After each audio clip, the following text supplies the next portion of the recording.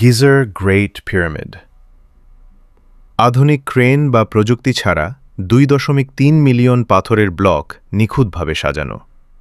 হাজার বছর আগে যখন পৃথিবীর বাকি মানুষ বনে জঙ্গলে সাধারণ জীবন কাটাচ্ছে, তখন নীল নদের তীরে মিশরীয়রা জটিল জ্যামিতি, মহাকাশ বিজ্ঞান এবং চিকিৎসা শাস্ত্রে বিপ্লব ঘটাচ্ছে। কিন্তু প্রশ্ন হল, কিভাবে সম্ভব? তাদের মস্তিষ্ক কি আমাদের চেয়ে আলাদা ছিল? তাদের ডিএনএতে কি এমন কোনো বিশেষ পরিবর্তন ছিল যা তাদের সাধারণ মানুষ থেকে আলাদা করে তুলেছিল? নাকি এর পেছনে ছিল বিবর্তনের এক ভিন্ন খেলা?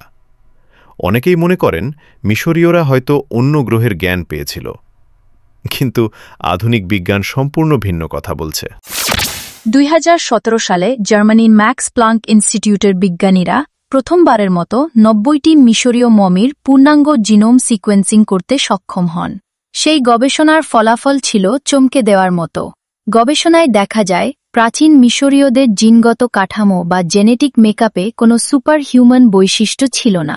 তাদের মস্তিষ্কের আকার বা ক্রেনিয়াল ক্যাপাসিটি ছিল আধুনিক মানুষের মতোই, অর্থাৎ তাদের মস্তিষ্কের হার্ডওয়্যার আমাদের মতোই ছিল, কিন্তু পার্থক্যটা ছিল তাদের সফটওয়্যার বা চিন্তার পদ্ধতিতে।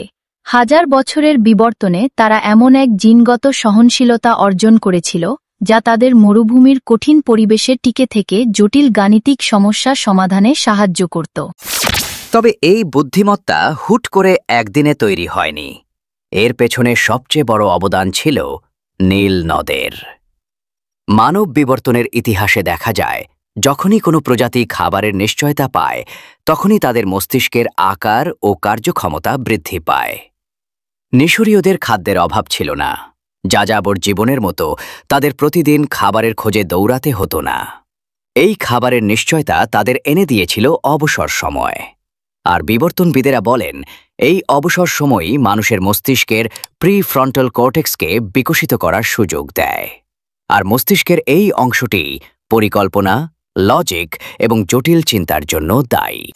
মিশরীয়রা তাদের ক্যালোরি কায়িক শ্রমে খরচ না করে মস্তিষ্ক বিকাশে কাজে লাগিয়েছিল। তবে তাদের সাফল্যের চাবিকাঠি শুধু একক বুদ্ধিমত্তা ছিল না, ছিল তাদের সমষ্টিগত জ্ঞান।